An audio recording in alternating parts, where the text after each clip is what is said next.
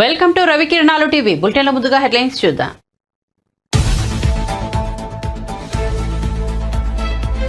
దెందులూరులో సిద్ధం సభ, విపక్షాలపై సీఎం జగన్ విమర్శనాస్త్రాలు. చంద్రబాబు రాకదిరా అంటూ పార్టీలను పిలుస్తున్నారని ఎద్దేవా. చంద్రముఖి ఇంటింటికి వస్తుందని వ్యంగ్యం.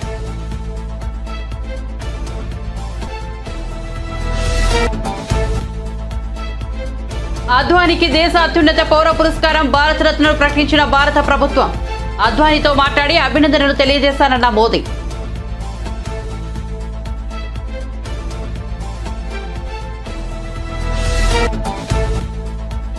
ప్రభుత్వ సలహాదారుల విషయమై విమర్శల దారిని కొనసాగించిన నాదెండ్ల. సజ్జల 2.40 లక్షల వేతనం తీసుకుంటున్నారని వెల్లడి. సీఎంకు ఉపన్యాసాలు రాయడమే సలహాదారు పని అని వ్యాఖ్యలు.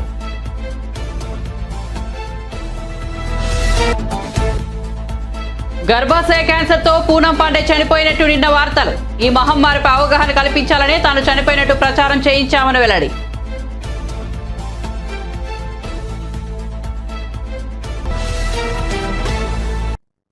ఇక వార్త వివరాల్లోకి వెళ్తే, దెందులూరులో సిద్ధం సభలో సీఎం జగన్ ప్రసంగిస్తూ తన పాలన చూసి వచ్చే ఎన్నికల్లో ఓటు వేయాలని ప్రజలకు విజ్ఞప్తి చేశారు. మీ బిడ్డ జగన్ హయాంలో జరుగుతున్న ఈ 57 నెలల పాలనకు గతంలో చంద్రబాబు పాలనకు తేడా చూడాలని అన్నారు. ఎవరి పాలనలో ప్రజల ఖాతాల్లోకి ఎక్కువ డబ్బులు పడిందో వైసీపీ కార్యకర్తలు ఇంటింటికి తిరిగి అడగాలని సూచించారు. అక్కా చెల్లెంబుల ఖాతాలో చంద్రబాబు 1 రూపాయినా వేశాడా? చంద్రబాబు మేనిఫెస్టోలో 10% హామీలు నెరవేర్చాడా అని సీఎం జగన్ ప్రశ్నించారు. జగన్ ఏనాడు ఒంటరి కాదు. మీకుతూ మీరు కృష్ణుడి పాత్ర పోషిస్తే అర్జునుడిని నేను, నా కుటుంబ సభ్యులైన మీరంతా కూడా మరొక్కసారి అడుగుతా ఉన్నాను, సిద్ధమేనా చెప్పి అడుగుతా ఉన్నాను మరొక్కసారి.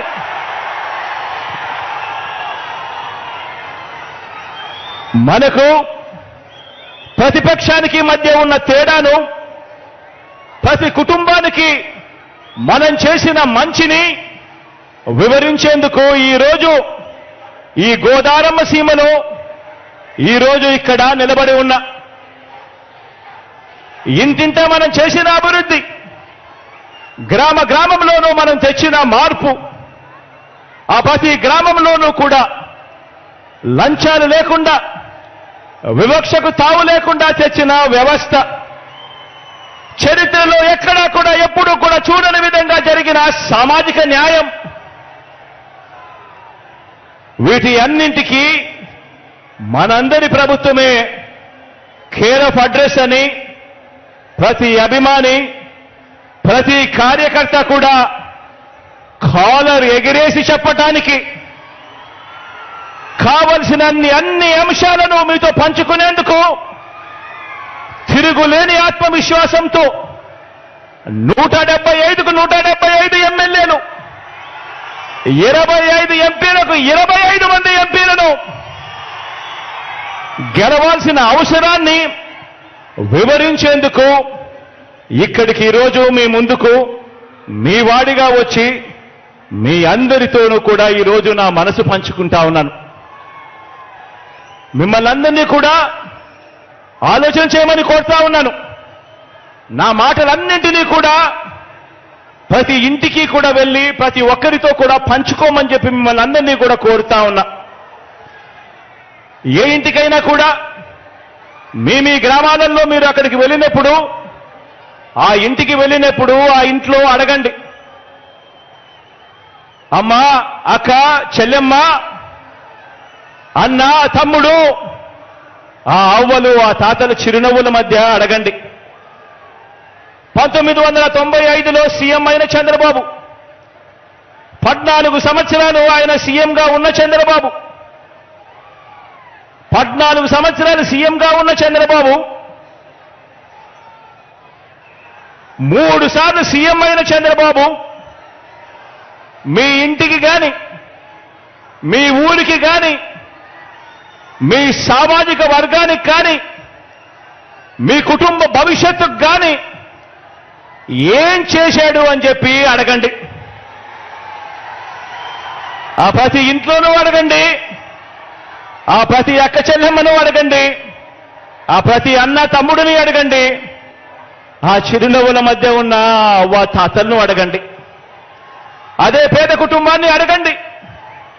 గత 10 ఏళ్లుగా ఆ ప్రతి పేద కుటుంబంలో మీరు అక్కడికి వెళ్ళినప్పుడు వారితో మీ మనసు పంచుకుంటా ఉన్నప్పుడు ఆ ప్రతి పేద కుటుంబాన్ని అడగండి. గత 10 ఏళ్లుగా, గత 10 సంవత్సరాలుగా వారి బ్యాంక్ అకౌంట్ వివరాలను వారినే చూడమని చెప్పి అడగండి. వారి బ్యాంక్ అకౌంట్ డీటెయిల్స్ తీసుకొని వారినే చూడమని చెప్పి వారినే అడగండి. ఆ 10 సంవత్సరాలు చంద్రబాబు నాయుడు గారి 5 సంవత్సరాలు, మీ బిడ్డ జగన్ పాలనలో మరో 5 సంవత్సరాలు, మొత్తంగా ఈ 10 సంవత్సరాలకు సంబంధించిన bank account details, bank account వివరాలను ఆ బ్యాంక్ ఖాతాల్లో, ఆ అక్క చెల్లెమ్మల బ్యాంకు ఖాతాల్లో ఎంత డబ్బులు పడింది అన్నది ఒక్కసారి వారినే చూడమని చెప్పండి. వారిని అడగండి. చంద్రబాబు ప్రభుత్వ పాలనలో ఆ పేద కుటుంబానికి వారి బ్యాంక్ అకౌంట్కు ఇచ్చింది చంద్రబాబు హయాంలో ఎంత అని చెప్పి అడగండి. అక్క చెల్లెమ్మలను, ఆ అన్నదమ్మలను అడగండి. వారిని నిలబెట్టేలా అందించిన స్కీములు చంద్రబాబు నాయుడు గారి హయాంలో ఏమున్నాయి అని చెప్పి అడగండి. ఆ బాబు పాలనలో ఏనాడైనా కూడా ఒక్క రూపాయి అయినా కూడా నా అక్క చెల్లెమ్మల కుటుంబాల బ్యాంక్ ఖాతాల్లోకి ఆ చంద్రబాబు నాయుడు గారు ఒక్క రూపాయి అయినా వేశాడా అని చెప్పి అడగండి ఆ అక్క చెల్లెమ్మలను. ఇలా ఇలా ఇలా ఇలా ఇలా ఇలా ఇలా రెండు చేతులు ఊపి ఇలా ఇలా ఇలా ఇలా ఇలా ఇలా ఇలా.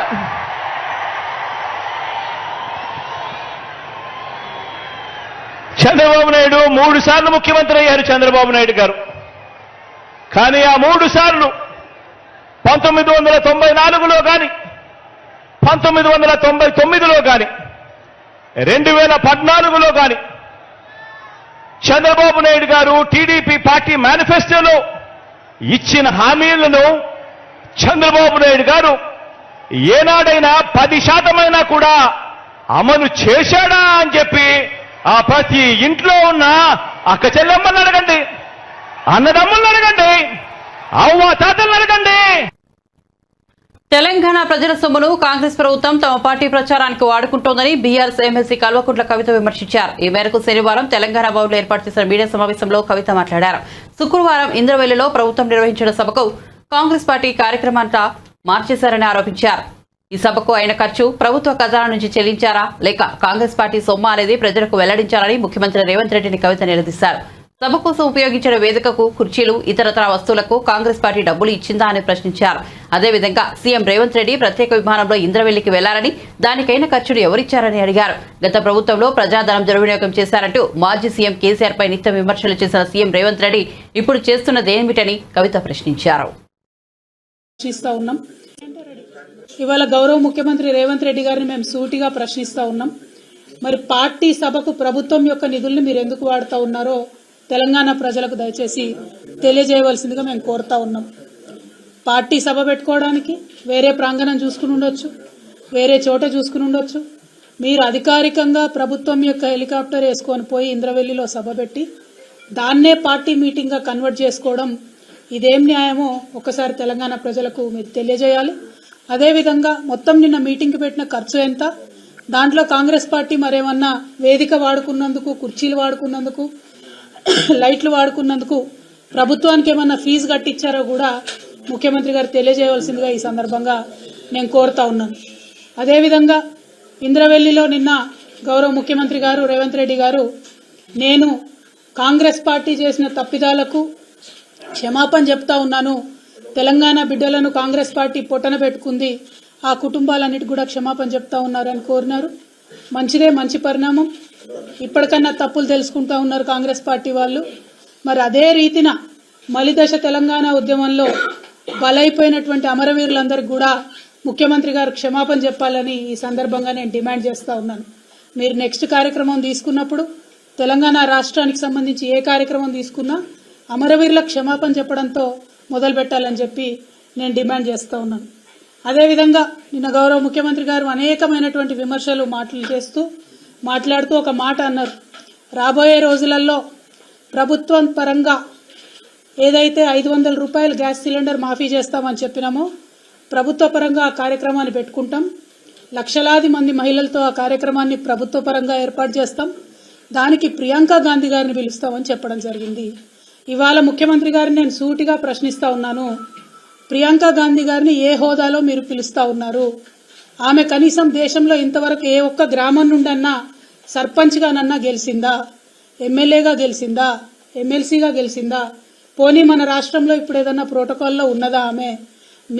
మీ పార్టీకి సంబంధించినటువంటి ముఖ్య నాయకురాలైతే మీ ఇంటికి పిలుచుకోండి, మీ మన్మడికి ఆశీర్వాదం ఇప్పించుకోండి. తెలంగాణకు వచ్చిన ఆడబిడ్డ కాబట్టి చీర సారా పెట్టి సాదరంగా సాగనంపండి. కానీ ప్రభుత్వ కార్యక్రమాలకు ప్రియాంక గాంధీ గారిని పిలుస్తామంటే తప్పకుండా నల్ల బుగ్గలు ఎగిరేసి ఆ రోజు ప్రొటెస్ట్ చేస్తామని ఈ సందర్భంగా మేము ముఖ్యమంత్రి గారికి హెచ్చరిక చేస్తూ ఉన్నాం. ప్రభుత్వ కార్యక్రమాలను, పార్టీ కార్యక్రమాలను కలిపి వాడుకోవడం, ప్రజలను మభ్యపెట్టడం ఇది చాలా తప్పు. ఆ విధంగా చేసినట్టయితే తెలంగాణ ప్రజాధనాన్ని మీ పార్టీ ప్రయోజనాల కోసం దుర్వినియోగం చేసినట్టయితే, ప్రియాంక గాంధీ గారిని ఆ కార్యక్రమానికి పిలిచినట్టయితే తప్పకుండా మేము ప్రొటెస్ట్ తెలియజేస్తామని ఈ సందర్భంగా తెలియజేస్తా ఉన్నాం. కేసీఆర్ కుటుంబం తెలంగాణను లూటీ చేసిందని, ఆ విషయాన్ని ప్రజలు మర్చిపోలేదని కాంగ్రెస్ ఎమ్మెల్సీ మహేష్ కుమార్ గౌడ్ అన్నారు. శనివారం నాడు గాంధీభవన్లో ఆయన మీడియాతో మాట్లాడుతూ కాంగ్రెస్ నేతల మధ్య చిచ్చుపెట్టే ప్రయత్నాన్ని బీఆర్ఎస్ ఎమ్మెల్సీ కల్వకుంట్ల కవిత చేస్తోందని మండిపడ్డారు. తాను నిజామాబాద్ కోడలని కవిత మాట్లాడిన తీరుకి ఉసిరవెల్లి కూడా సిగ్గుపడుతుందని ఎద్దేవా చేశారు. కవిత మా జిల్లా కోడలని చెప్పుకోవడానికి సిగ్గుగా ఉందన్నారు. కాంగ్రెస్ ప్రభుత్వానిది ప్రజాపాలన అని వారు అంటున్నారని చెప్పారు. కాంగ్రెస్ అధికారంలోకి రావడానికి ఇంద్రవెల్లి సభ దోహదపడిందని తెలిపారు. ఇంద్రవెల్లి సభ పార్టీ కార్యక్రమాన్ని దానికి పార్టీ నుంచి ఖర్చు పెట్టామని అన్నారు. తమను కవిత లెక్కలు అడుగుతోందని, బీఆర్ఎస్ 9.5 సంవత్సరాల పాలన లెక్కలను తాము కవితను అడుగుతున్నామని అన్నారు. మా నిజామాబాదు కోడలు కవిత గారు ఇవాళ మాట్లాడిన తీరు చూస్తూ ఉంటే ఊసర వెలువ సిగ్గుపడుద్దేమో. అంటే అంత హీనంగా 45 రోజుల క్రితం వరకు మీరు అధికారంలో ఉన్నారు. మీరు చేసిన తప్పిదాలు, మీరు చేసిన లూటి, మీ కుటుంబం దోచుకున్న పరిస్థితులు ఇంకా ప్రజలు మర్చిపోలేదు. మీరు అప్పుడే ఈ రకంగా మాట్లాడడం ఎంతవరకు సబబు? 45 రోజుల కాంగ్రెస్ పాలన అంటే ప్రజల పాలన అంటే ఇది అనే విధంగా సాగుతూ ఉంటే హర్షించాల్సింది పోయి అధికారం పోయింది కదా అని బాధలు అక్కస్తో విచ్చలవిడిగా మాట్లాడుతూ ఉన్నారు. ఇంద్రవెల్లి అనేది మాకు శుభారంభం చేసినటువంటి స్థలం. అది రేవంత్ రెడ్డి గారు పీసీ అధ్యక్షుల తర్వాత మొట్టమొదటి పెద్ద బహిరంగ సభ. ఆ సభ తర్వాత మళ్ళీ మేము వెనక్కి చూడకుండా అన్ని విజయవంతమైన సభలు చేసుకొని ఇవాళ కాంగ్రెస్ పార్టీ అధికారం రావడం దోహదపడ్డ సభ. ఇంద్రవెల్లికి ఒక ప్రత్యేకత ఉంది. నాగోబా దేవాలయం ఉంది. గత సమైక్య ఆంధ్రప్రదేశ్లో జరిగిన సంఘటన, అక్కడ చనిపోయినటువంటి సంఘటన, అక్కడ వ్యక్తులకు నష్టం జరిగిన సంఘటన, ఇవన్నీ కూడా దృష్టిలో పెట్టుకొని ఆదిలాబాద్ జిల్లా మారుమూల జిల్లా 9.5 ఏళ్ళు మీరు ఎక్కడ కూడా పట్టించుకోలే, ఎక్కడ కూడా పట్టించుకున్న పాపాన పోలే. రేవంత్ రెడ్డి గారు ముఖ్యమంత్రి అయిన తర్వాత ఆదిలాబాద్ని ఒక ప్రత్యేక దృష్టి పెట్టి దాన్ని దత్తత తీసుకొని ఆదిలాబాద్ వెనుకబడ్డ జిల్లా కాదు, ఒక సస్యశ్యామలను అభివృద్ధి చెందిన జిల్లాగా తీర్చిదిద్దాలన్న తపనతో ముఖ్యమంత్రి అయిన తర్వాత మొట్టమొదటి కార్యక్రమం అక్కడ అమరుల స్తూపం వద్ద నివాళులర్పించడం, అక్కడ స్మారకం నిర్మించారు. అది ప్రభుత్వ కార్యక్రమం. స్మారకం నిర్మించడము ప్రభుత్వ కార్యక్రమం. ముఖ్యమంత్రిగా అక్కడ పోయినారు. ముఖ్యమంత్రి గారు ఎక్కడ పోయినా భద్రదృష్ట్యా హెలికాప్టర్ వాడతారు. ఆ పక్కన జరిగిన బహిరంగ సభ మరి కవిత గారి వాళ్ళ హయాంలో ప్రభుత్వ కార్యక్రమాలకి, పార్టీ కార్యక్రమాలకి అసలు ఎక్కడ కూడా వేరు లేకుండా చేసిన సందర్భం. మేము నిన్న ఇంద్రవెల్లిలో చేసిన సభ పార్టీ కార్యక్రమం. అది నయా పైసా కూడా ప్రభుత్వ సొమ్ము దానికి వాడలేదు మేము. పార్టీ కార్యక్రమంలో పాల్గొన్నాడు. ఈవిడ గారు వచ్చి లెక్కలు అడుగుతున్నారు. ఏం లెక్కలు కావాలమ్మా నీకు? అసలు మీ 9.5 ఏళ్ల లెక్కలు చెప్పగలుగుతారా మీరు? 9.5 ఏళ్ళలో మీరు, మీ కుటుంబం, మీ నాన్నగారు, మీ అన్నగారు, మీ బావగారు, మీ కజిన్స్ దోచుకున్న తీరు లెక్కలు మొత్తం వస్తాయి బయటకి. ఆ లెక్కలు తెలిసే కదా ప్రజలు మిమ్మల్ని ఇంటికి పంపించినారు. అసెంబ్లీ ఎన్నికల్లో కాంగ్రెస్ పార్టీ మాయమాటలు చెప్పి గెలిచిందని బీఆర్ఎస్ వర్కింగ్ ప్రెసిడెంట్ కేటీఆర్ ఆరోపించారు. ఆయన జీహెచ్ఎంసీ పరిధిలో బీఆర్ఎస్ పార్టీ జైత్యాత్ర సాగించిందని శనివారం కూకట్పల్లి అసెంబ్లీ నియోజకవర్గ పార్టీ కార్యకర్తలతో జరిగిన సమావేశంలో ఆయన మాట్లాడుతూ కూకట్పల్లి స్థానంలో గెలిచి బీఆర్ఎస్ హ్యాట్రిక్ సాధించిందన్నారు. చీకటి ఉంటేనే వెలుతురు తెలుస్తుందని బీఆర్ఎస్ వర్కింగ్ ప్రెసిడెంట్ కేటీఆర్ అన్నారు. బీఆర్ఎస్ ప్రభుత్వ పాలన చూస్తే కాంగ్రెస్ పార్టీ పాలన అర్థమవుతోందన్నారు. చిన్నపిల్లలు కూడా కాంగ్రెస్ పార్టీ హామీలను గుర్తు చేయాల్సిన బాధ్యత తమ పార్టీపై ఉందన్నారు. హైదరాబాద్ ఓటర్లు తెలివిగా అభివృద్ధికి ఓటేశారని చెప్పారు. అసెంబ్లీ ఎన్నికల్లో కాంగ్రెస్ పార్టీ బీఆర్ఎస్ పార్టీ మధ్య తేడా కేవలం 1.8% గుర్తు చేశారు. హైదరాబాద్ నగరంలో కాంగ్రెస్ పార్టీకి ఒక్క సీటు కూడా ఇవ్వలేదన్నారు. మొత్తంగా జైత్రయాత్ర, గులాబీ జైత్రయాత్ర మీరందరూ పట్టుబట్టి ఇవాళ 70,000 మెజారిటీ, 80,000 మెజారిటీలతో, అఖండమైన మెజారిటీలతో గ్రేటర్ హైదరాబాద్ మొత్తం ఎక్కడ చూసినా గులాబీ తుఫాన్ కనబడింది. కానీ దురదృష్టవశాత్తు కొన్ని గ్రామీణ ప్రాంతాల్లో, జిల్లాలలో మరి కాంగ్రెస్ పార్టీ చెప్పిన మాయమాటలు నమ్మి, కాంగ్రెస్ పార్టీ ఇచ్చిన 420 హామీలను నమ్మి కొంతమంది అక్కడ ఇక్కడ మా ఆడబిడ్డలు, అన్నదమ్ముళ్ళు కొంత కన్ఫ్యూజ్ అయ్యి కొంత స్వల్ప తేడాతోనే మనం ఓటమి పాల్గొనడం జరిగింది. కాంగ్రెస్ పార్టీకి 38.85% ఓట్లు వస్తే మనకు 37% ఓట్లు వచ్చినాయి. అంటే 1.85% తేడాతో మాత్రమే మనం ఓటమి పాలైనాం. సరే, మనకు 39 సీట్లు వచ్చినాయి, వాళ్ళకు 64 సీట్లు వచ్చినాయి. ప్రజాస్వామ్యం కాబట్టి సహజంగానే వాళ్ళు అధికారంలోకి వచ్చినారు, మనం ప్రతిపక్షంలో ఉన్నాం. బాధ లేదు, ఎందుకంటే నిరాశ ఉంది, కానీ బాధ లేదు. బాధ ఎందుకు లేదు అంటే ప్రజలు మనకు 2 టర్మ్ల అవకాశం ఇచ్చినారు. 2 టర్మ్ల అవకాశం ఇచ్చి మీరు పని చేయండి అని ఆశీర్వదించినారు. వాళ్ళు ఇచ్చిన ఆశీర్వాదం మేరకు పనిచేసినాం. ఈసారి సరే, కారణం ఏమైనప్పటికీ మీరు ప్రతిపక్షంగా ఉండండి అని చెప్పినారు. ఒక రకంగా మంచిదే ఇది, ఎందుకంటే చాలా సార్లు మనకు ఎవరైనా ప్రభుత్వంలో ఉన్నప్పుడు వారి విలువ కొన్నిసార్లు తెలియదు. ఎందుకంటే చీకటి ఉంటేనే వెలుగు విలువ తెలుస్తుంది. ఇప్పుడు కాంగ్రెస్ గవర్నమెంట్ వస్తేనే వీళ్ళు చేసే వెధవ పనులు ఎట్లాగూ చేస్తారు, మనం వద్దన్నా చేస్తారు వాళ్ళు. అవి చూసినాక మళ్ళొక్కసారి వాళ్ళ గ్రామాల్లో అనుకుంటున్నారు ఆల్రెడీ, అయ్యో కేసీఆర్ ప్రభుత్వం లేదా, అయ్యో కేసీఆర్ గారు లేరా అనే బాధ ఇవాళ గ్రామాల్లో కనబడుతున్నది. అందుకే నేను అంటా ఉన్నా, చీకటిని చూస్తేనే వెలుగు విలువ తెలుస్తుంది, కాంగ్రెస్ ప్రభుత్వాన్ని చూస్తేనే బీఆర్ఎస్ ప్రభుత్వం యొక్క విలువ కూడా తెలుస్తుంది. తప్పకుండా తిరిగి అదే ప్రజలు, ఏ ప్రజలైతే మొన్న కొంత ఏమరపాటుతోని కొంత వాళ్ళు ఇచ్చిన మోసపూరిత హామీలు నమ్మి మోసపోయినారో వాళ్ళు నిజం తెలుసుకోవడానికి కూడా ఎక్కువ టైం పట్టదు.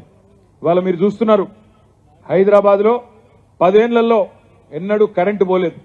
మరి ఈరోజు చిన్న పిల్లల బర్త్డే పార్టీల్లో కూడా ఒక అర్ధగంట కరెంటు పోగానే పిల్లలే అంటున్నారు కాంగ్రెస్ కాంగ్రెస్ అంటున్నారు. కరెంటు పోగానే కాంగ్రెస్ కాంగ్రెస్ అని మాట్లాడుతున్నారు. నాకంటే బాగా మీకే తెలుసు, పోతుందా కరెంటు?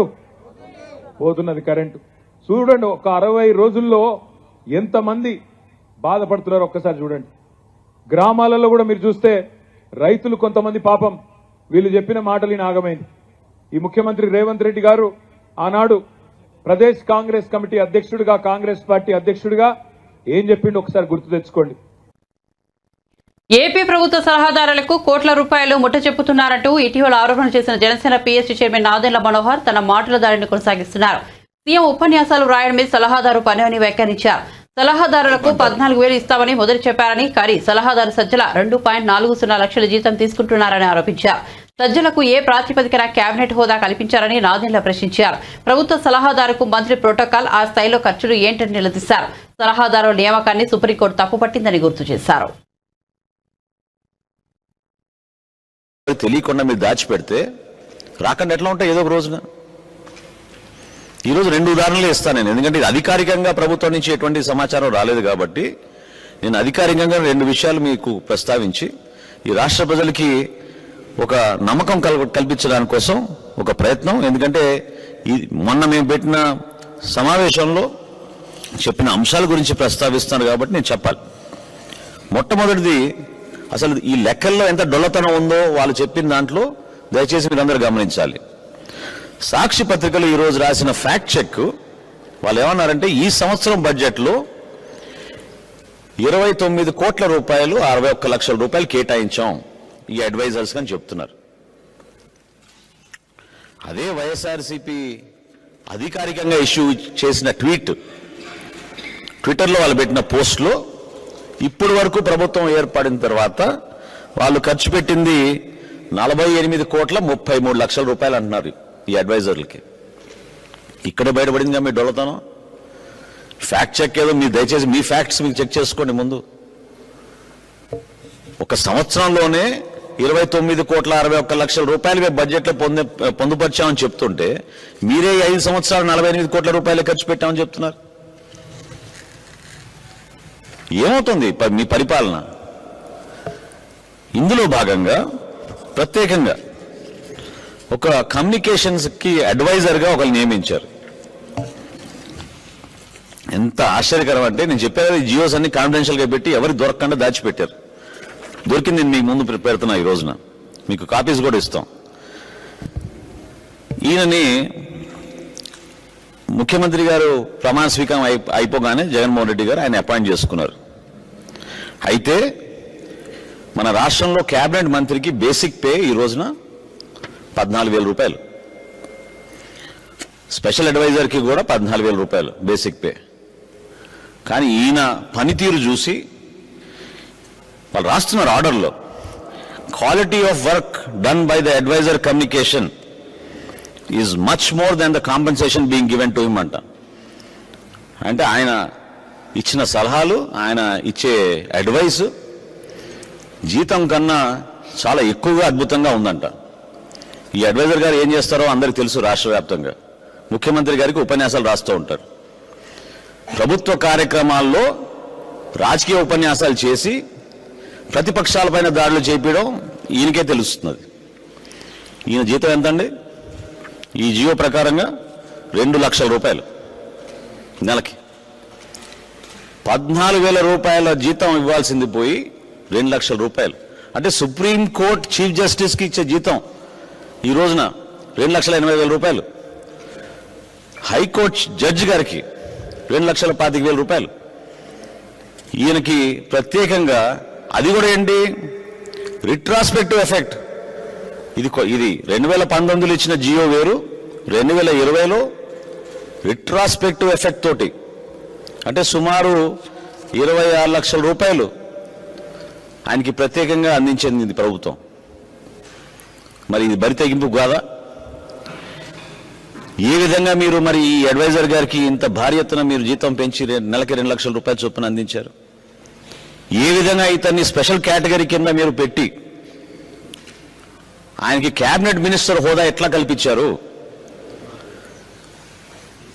ఈ లెక్కలు మీకెందుకు తెలియడం లేదు? క్యాబినెట్ మంత్రికి ఇచ్చే ఫెసిలిటీస్ ఏంటి గవర్నమెంట్ నుంచి?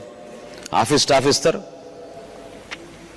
ఆఫీస్ స్టాఫ్కి జీతాలు ఇస్తారు, ఫర్నిచర్ కొంటారు, కంప్యూటర్లు కొంటారు, ఫోన్లు కొంటారు, ప్రతి నెల ఫోన్ బిల్లు కడుతుంది ప్రభుత్వం, నివసించడానికి అకామిడేషన్ ఇస్తారు. యువ సినీ నటి మోడల్ పూనం పాండే గర్భాశయ క్యాన్సర్తో చనిపోయినట్టు నిన్న వార్తలు వచ్చిన సంగతి తెలిసిందే. ఈ వార్త నిన్న సంచలనాలు రేపింది. చాలా మంది ఆమె మరణంపై అనుమానాలను కూడా వ్యక్తం చేశారు. ఆమె మరణ వార్తలు వచ్చిన ఒక రోజు తర్వాత పూనం పాండే అందరి ముందుకు వచ్చారు. సర్వైకల్ క్యాన్సర్ కారణంగా తాను చనిపోలేదని పూనం పాండే చెప్పారు. తాను బతికే ఉన్నానని తెలిపారు. గర్భాశయ క్యాన్సర్ కారణంగా ఎంతో మంది మహిళలు ప్రాణాలు కోల్పోతున్నారని, అందరికీ ఈ మహమ్మారిపై అవగాహన కల్పించాలనే ఆలోచనతోనే తాను చనిపోయినట్టు సోషల్ మీడియాలో ప్రచారం చేశామని చెప్పారు. తన మరణ వార్తతో బాధపడిన, ఇబ్బంది పడిన అందరికీ క్షమాపణలు చెబుతున్నానని అన్నారు. పూనం పాండే గర్భాశయ క్యాన్సర్ కారణంగా చనిపోయారంటూ నిన్న ఆమె మేనేజర్ ఇన్స్టాగ్రామ్ ద్వారా వెల్లడించారు. క్షణాల్లోనే ఈ వార్త వైరల్ అయింది. 32 ఏళ్ల చిన్న వయసులోనే ఆమె చనిపోవడంపై చాలా మంది ఆవేదన వ్యక్తం చేశారు. ఇప్పుడు ఆమె స్వయంగా వివరణ ఇచ్చారు.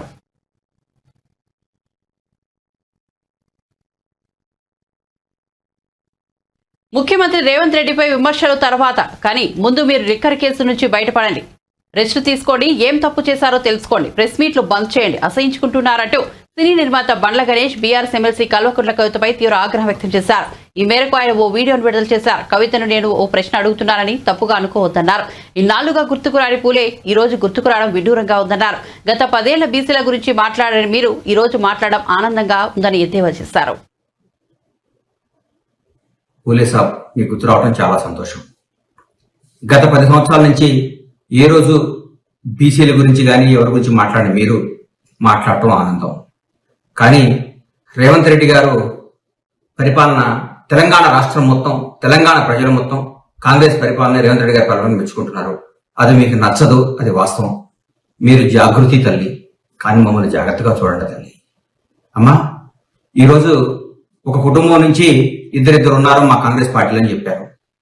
ఏమ్మా, గౌరవ నర్సిరెడ్డి గారు మంత్రి పదవిలో ఉండి ఎన్నో పదవులు అనుభవించి ఆయన ఓ ప్రభుత్వ కార్యక్రమంలో పాల్గొనడానికి పోతే ఆయన్ని, ఆయన కొడుకుల్ని అప్పటి నక్సలైట్లు దారుణంగా చంపేయడం జరిగింది. ఇన్ని రోజుల తర్వాత వాళ్ళ మనవరాలు పదవిలో రావడం తప్ప అమ్మా? వాళ్ళ కొడుకునే కదమ్మా మీరు మా పార్టీలో గెలిస్తే లాక్కొని మీరు ఎమ్మెల్యేగా పెట్టుకున్నారు. అది తప్పు కదా. శ్రీపాదరావు గారు, దుద్దిళ్ళ శ్రీపాదరావు గారు స్పీకర్ గా ఉన్నప్పుడు ఏదో కార్యక్రమంలో భాగంగా వస్తుంటే నక్సలైట్స్ దారుణంగా చంపేశారు. తర్వాత నక్సల్స్ కూడా మేము తప్పు చేశామని చెప్పారు. తర్వాత వాళ్ళ కొడుకు రావడం తప్ప? అట్లయితే తెలంగాణ కోసం ఎంతో మంది పోరాడితే గాని మీరు, నాన్నగారు, మీ అన్నయ్య గారు, మీ బావగారు, మీ తమ్ముడు సంతోష్ గారు, వినోద్రావు గారు, ఆరావు గారు, ఇంకో రావు గారు, ఇంకేదేదో రావు గారు, ఇంతమంది మీరు ముఖ్యమైన పాత్రలను పోషించి మీరు తెలంగాణను మాత్రం తోసుకోవడం తప్పలేదా అమ్మా? న్యాయమంతా లేదు నీకు? కాంగ్రెస్ పార్టీని విమర్శించొద్దమ్మా నువ్వు. ఎందుకంటే కాంగ్రెస్ పార్టీ తెలంగాణకి ఎంతో చేస్తుంది, తెలంగాణ ఇచ్చింది. మీరు మాట్లాడితే రేవంత్ రెడ్డి గారిని కాన్వాయ్ పోతుంటే ట్రాఫిక్ జామ్ అవుతుంది. ముఖ్యమంత్రి గారు ప్రతిరోజు, ఈ ముఖ్యమంత్రి గారు ప్రజల్లో ఉండే ముఖ్యమంత్రి గారు ప్రతిరోజు సెక్రటరీ పోవాలి, ప్రతిరోజు రావాలి, తిరగాలి. 9 మంది అమ్మా. ఎప్పుడన్నా ఒకసారి అమావాస్యకో పున్నానికో బయటకు వస్తే ముఖ్యమంత్రి గారు ఆయన ప్రగతి భవన్లో బయలుదేరక ముందు జేఆర్సీ ఫంక్షన్ హాల్కో ఎక్కడికో వస్తుంటే అక్కడి నుంచి ఇక్కడ దాకా రోడ్డు ఆపేసేవారు. అంటే మీరు బయటికి రారు, బయటకు వస్తే ముఖ్యమంత్రి గారిని తిరగొద్దు అంటున్నారు. ఏం చేయమంటారమ్మా? ఎట్లా చేద్దాం చెప్పండి. మీరు మంచి సలహాలు ఇవ్వండి ముఖ్యమంత్రి గారికి. రేవంత్ రెడ్డి గారు మీరు బయటికి రావద్దు, రేవంత్ రెడ్డి గారు మీరు ప్రజాపాలన చేయొద్దు, రేవంత్ రెడ్డి గారు మీరు జనాన్ని కలవద్దు, రేవంత్ రెడ్డి గారు మీరు బయటకు వస్తే పబ్లిక్ ఇబ్బంది అవుతుందని చెప్పండి. అట్లాగే మీకు జ్యోతిరావు పూలే గారి మీద అభిమానం రావటం చాలా ఆనందం అమ్మా. అట్లాగే మీరు మహానుభావుడు గద్దర్ గారిని మీరు ఇచ్చిన గౌరవానికి తెలంగాణ ప్రజలు మీరు ఇచ్చిన గౌరవం మర్చిపోరమ్మా. గద్దర్ గారిని మీరు ఆయన బతికుండగా మీరు చంపేశారమ్మా, మీ గేటు పెట్టి నుంచోబెట్టి. ఆయన చనిపోయినా కూడా గద్దర్ అనేది మా పార్టీ, మాకు రేవంత్ అన్న, మా కాంగ్రెస్ ప్రభుత్వం బతికించిందమ్మా, తరతరాలు బతికించిందమ్మా. సినీ అవార్డుల పేరుతో, కాలేజీల మీద ఆయన పేరుతో, విగ్రహాల పేరుతో. అది తెలంగాణ ప్రజలందరూ కూడా ఈరోజు దాన్ని గర్వంగా చెప్పుకుంటున్నారు తల్లి. బులెటిన్ ముగించే ముందు హెడ్లైన్స్ మరోసారి చూద్దాం.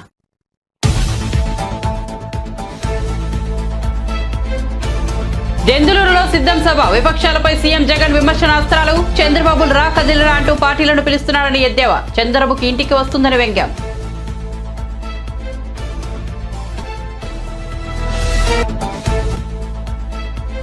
అద్వానీకి దేశ అత్యున్నత పౌర పురస్కారం భారతరత్న ప్రకటించిన భారత ప్రభుత్వం. అద్వానీతో మాట్లాడి అభినందనలు తెలియజేశానన్న మోదీ.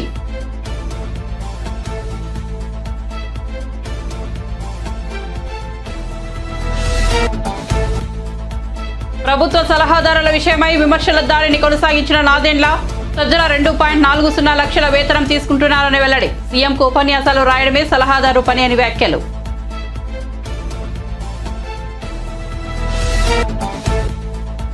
గర్భాశయ క్యాన్సర్తో పూనం పాండే చనిపోయినట్టు నిన్న వార్తలు. ఈ మహమ్మారిపై అవగాహన కల్పించాలనే తాను చనిపోయినట్టు ప్రచారం చేయించామని వెల్లడి.